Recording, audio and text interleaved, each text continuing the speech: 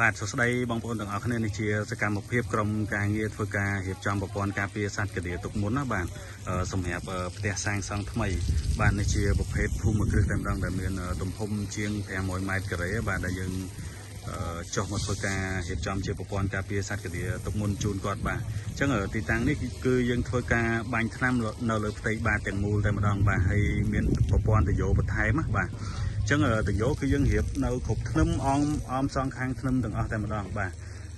ហើយឥឡូវគឺដល់វគ្គដែលយើងធ្វើការរៀបចំប្រព័ន្ធពីផងមួយទៅផងមួយហើយយើងទុកកន្លែងភ្ជាប់ដល់ពេលគាត់តម្លាក់ធ្នឹមគឺយើងមកភ្ជាប់ពីផងមួយទៅផងមួយហើយដាក់មកដល់កន្លែងដែលយើងបញ្ចេញបាទអញ្ចឹងដោយសារទំហំទីតាំងនេះធំអញ្ចឹងកន្លែងបញ្ចេញគឺមាន3កន្លែងហើយមួយកន្លែង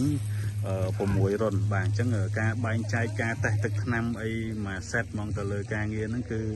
ដល់ទីតាំងដែលយើងបានរៀបចំតែម្ដងបាទអញ្ចឹងឥឡូវយើងធ្វើការបាញ់ថ្នាំបដាដើម្បីឲ្យខាងក្រុមការងារសំណង់គាត់ធ្វើការឡប់ឡែដេញបាទអញ្ចឹងគាត់ឡប់ឡែមកតង់សិនមិនគាត់ធ្វើការចាក់បេតុងផ្ទៃបាតតែម្ដងបាទ